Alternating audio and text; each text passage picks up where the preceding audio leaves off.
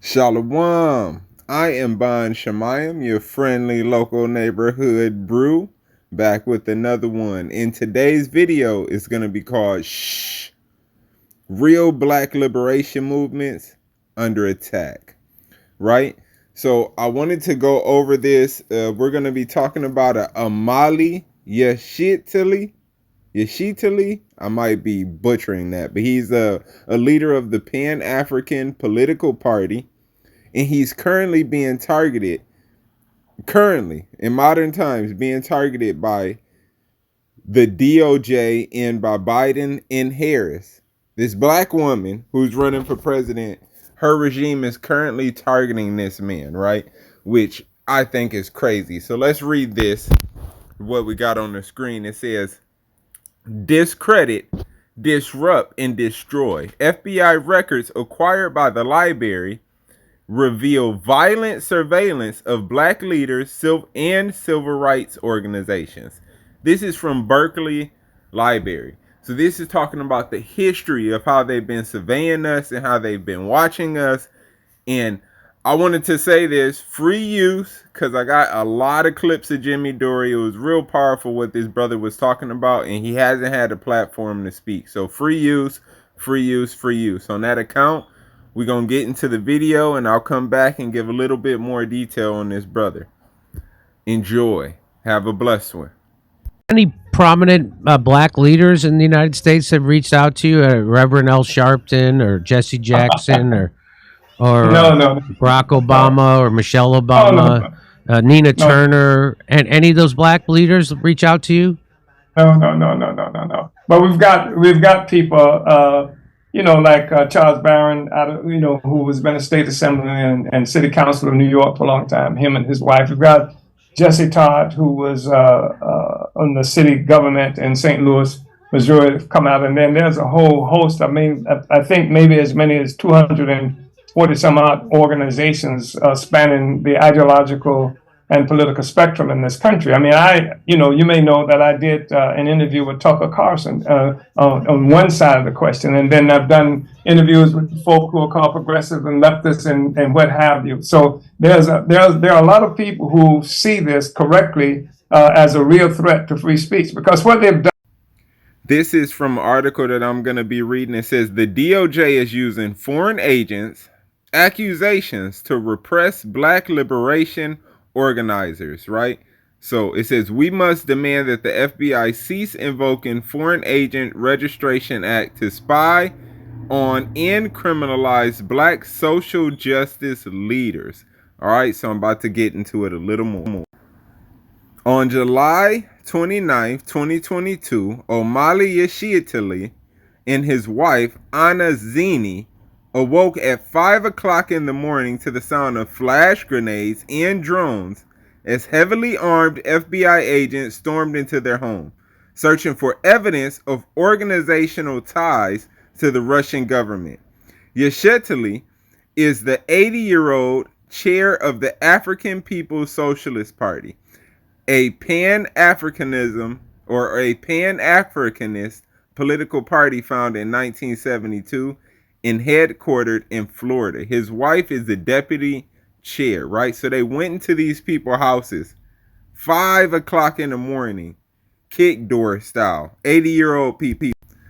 Last week, 9 months after the raid, the Department of Justice unsealed new grand jury indictments against Yeshitali, as well as Jesse Neville, Penny Hess, and Ghazi Kodezo, national chair of the Uru Solidarity Movement, chair of the African People's Solidarity Committee, and co-founded of the Black Hammer Party, respectively, naming them as co-conspirators in an alleged plot to promote the political interests of Russia within the United States.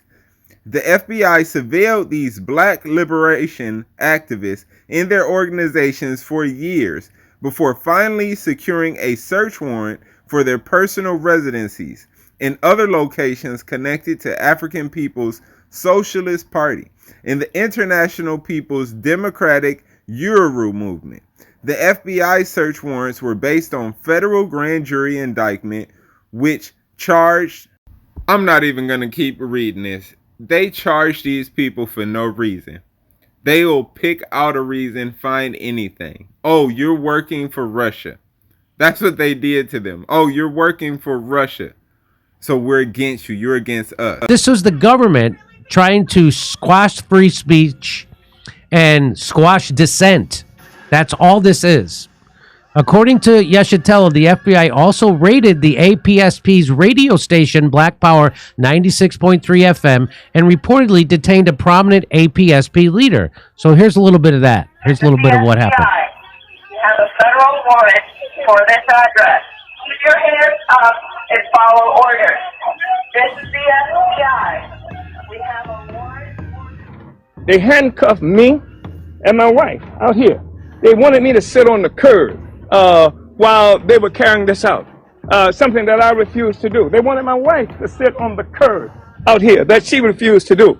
The FBI broke down doors, threw flashbang grenades, handcuffed you. As I was coming out, this big old drone met me.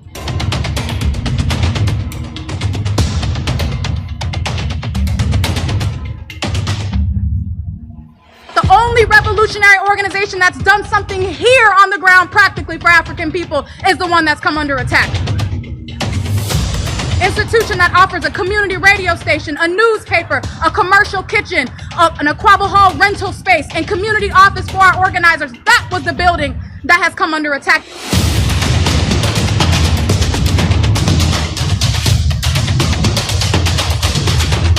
Wow. They covered their security cameras with tape. Isn't that sounds very fascistic.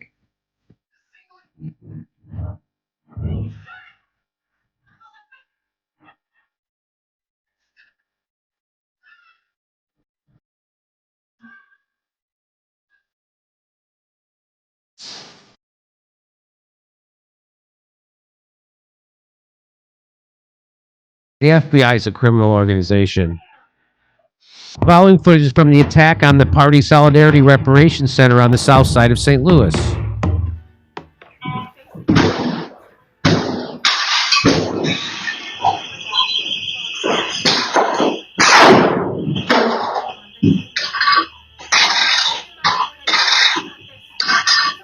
Yeah, breach, what do you need? They want, I don't know. I'll tell them the money. I'll take it.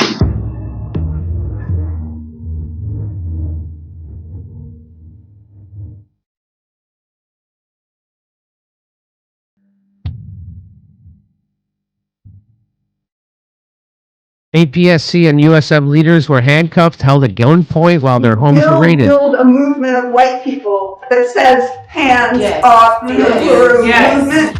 They see in the African People's Socialist Party a vanguard for the struggle for the liberation of our people. They see that because not just what we do here in the United States, but because we had the temerity to do like Garvey, to do like Malcolm X, and take the struggle of black people around the world. Chairman O'Malley. Thank you very much. I want to express appreciation to being able to be here and break out of this sort of information quarantine that has been imposed on us. You mentioned a couple of local news entities covered it, but for the most part, it was dead air. We didn't get much coverage at all. So, and especially is significant because the state has characterized this as some kind of working with the Russians, working for the Russians, a threat to national security and all those things. And then they're definitely silent about everything. So I think that's remarkable. Well, Russiagate turned out to be a complete hoax that was concocted by the FBI, the CIA, and the Clinton campaign, and then it was pushed by this corporate media. Their own investigation, the Mueller report, revealed that there was zero evidence that any of that was true. Zero. And so I was vindicated in debunking it from the start. But I always warned that they would use Russiagate to gin up support for a war. And of course, they're using it for the Ukraine war. And now they're using that to come and suppress you. What is it about you and your organization that you think the FBI and the establishment is afraid of? I think part of what's happened is that the kind of politic that I represent in this country and much of the world has been suppressed during the 1960s with assassination, Malcolm X, Martin Luther King, Black Panther Party forces. That happened throughout this country, tremendous repression, and what had been elevated as a kind of politic that we characterize as a certain kind of welfare slavery with liberals and a lot of African people who benefit tremendously by being part of these poverty programs and other kinds of systems, programs that keep a lot of them alive. And we've broken out of that, and we're saying that African people, like every dignified people on the planet Earth, we want to be free. We want to be able self-determining people, and which is why they killed Malcolm, because he was saying that, and the Panthers and other people. When at the moment that we say we want to be self-determining,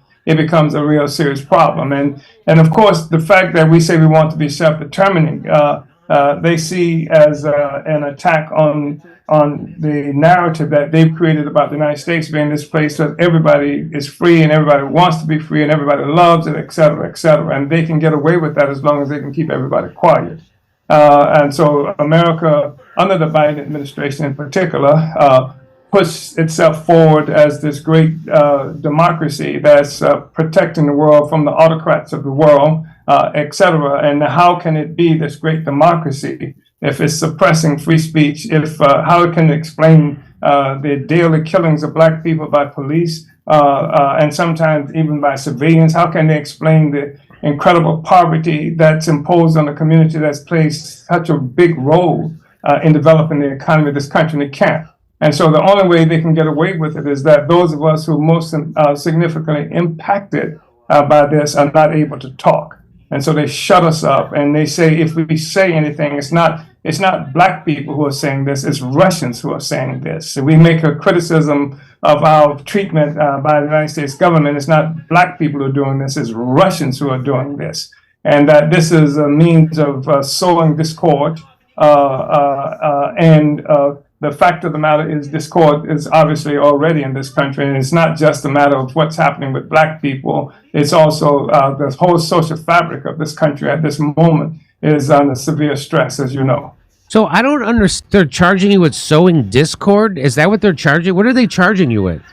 They charging me with being a Russian agent.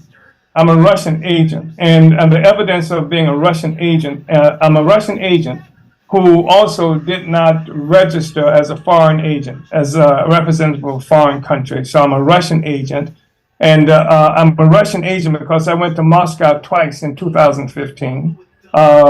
Because I participated in organizing campaigns in 2017 and 2019 in St. Petersburg, Florida, a local campaign, city with less than 1/3 people, only something like 18% of which is black. So we ran on a reparations campaign. We ran on a campaign to end gentrification that's happening to our community. So the Russians pay for that, they said. I'm a Russian agent because I had on our Burning Spear newspaper, our newspaper social media, we had a representative from the anti-globalization movement, a non-governmental organization in Russia, to talk about the war that had broken out with Ukraine. And so that proved also that we were a Russian agent. Before the war broke out, however, something like 2 days, I had come out in opposition to the United States politics around Russia, going back to the whole history of how this thing had begun. And so they said that this made me like a Russian agent too. More what you don't like the welfare system in the United States, and you don't participate in it? But listen, I think that African people deserve everything that we get from the state. So that's not, the point is that they would have us living off welfare and oppose any self-determination. We have something like 52 independent economic development programs. Our party does. We have built housing. We have created basketball courts for poor African children in communities where children are playing in the streets trying to play basketball. We have initiated farmers market and what they call food deserts. We've done that. We've created other kinds of markets in Philadelphia. We've got one in St. Louis. We do that kind of work. And so the thing is to make African people self-sufficient, self-reliant, and self-determining. We believe that we have a right to be a self-governing people, and we believe that we can use constitutional methods to pursue this right. That's why we ran somebody for office. That's why we do that often, to get into the political arena so that the people can hear our voices and hear what it is that we can say and make some kind of determination of whether they support us or not. But if you have a situation where the government puts forth its own favorite black organizations who toe the line on every question, who work with the narrative that all we want to do is be good chocolate-colored white people, if you've got this kind of thing in the government holding up that narrative, and then doing so many other horrible things with blackface, that we never would have, as a community, we've always been opposed to these unjust wars. But now the war has the face of not only an Obama and a Harris, but also the face of a Lloyd Austin and all these other people who are committing these offenses against the peoples of the world and fighting for democracy and democratic rights, they say. So we believe that we can, without the interference of the government, we believe that we can take care of ourselves. And so that sounds like a threat to the establishment, right? That you being self-sufficient and taking care of your own self and your own community, you having a voice and being black people speaking out against the establishment, not going along with the black people who prop up the establishment, like as you talked about Barack Obama, that is what is the real threat, right? Yes, that is the real threat. Because if in fact we could build these institutions, and we have built them. And by the way, one institution we built, we've got a grant from the United States government because nobody else could do it, in terms of some of the projects we put on the ground among working class black people, ordinary black people, working class people who live in what they call ghettos and stuff like that.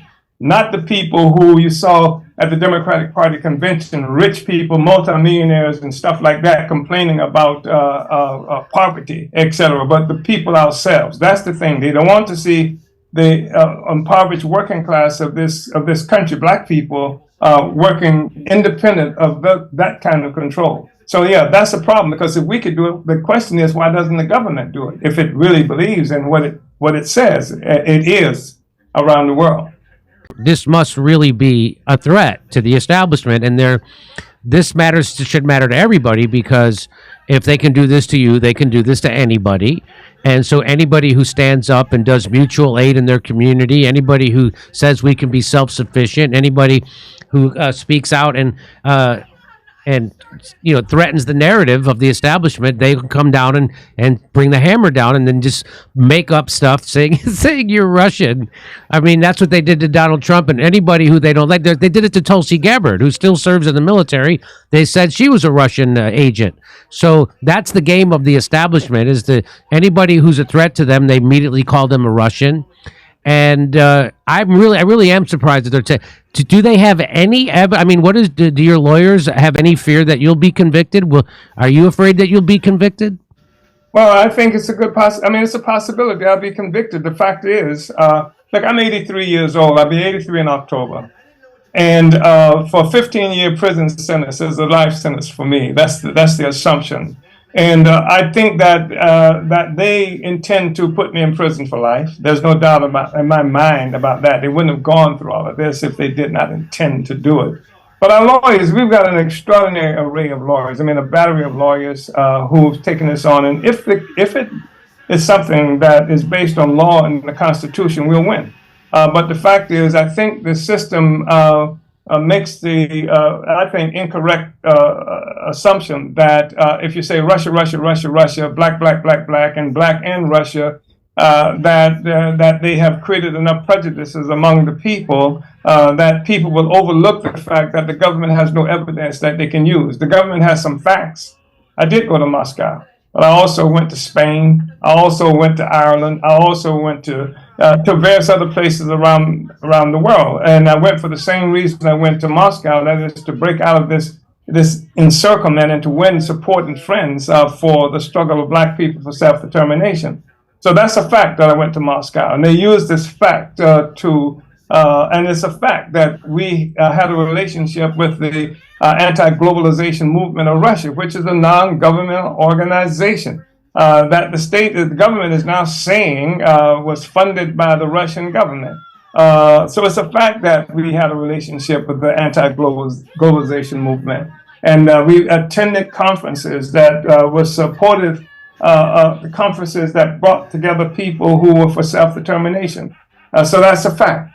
It's a fact that we participated in the election that I just mentioned. We in 2017 and 2019, we ran for office in St. Petersburg, Florida, and they say that the Russians paid for this, which is incredible and easily disproved.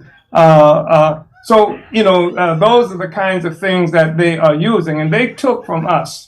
I don't understand what this stuff is about, terabytes and all of that, but I understand they took something like the equivalent of 2.5 million books in terms of the stuff they took off our computers, cell phones, videos, and the equivalent of 2.5 million books. And so they know more about me than I know about myself. I haven't been studying myself in every word that I've said, throughout this process. But it's a bogus charge. We are innocent of what they said. We are absolutely innocent. We have never been employed by Russians or anybody else. That goes against the grain of everything we believe in, because nobody else can free us. To go to Russia and then work for Russia for our freedom when we are involved historically in a struggle for self-determination doesn't make any sense at all. But they're not relying on something making sense.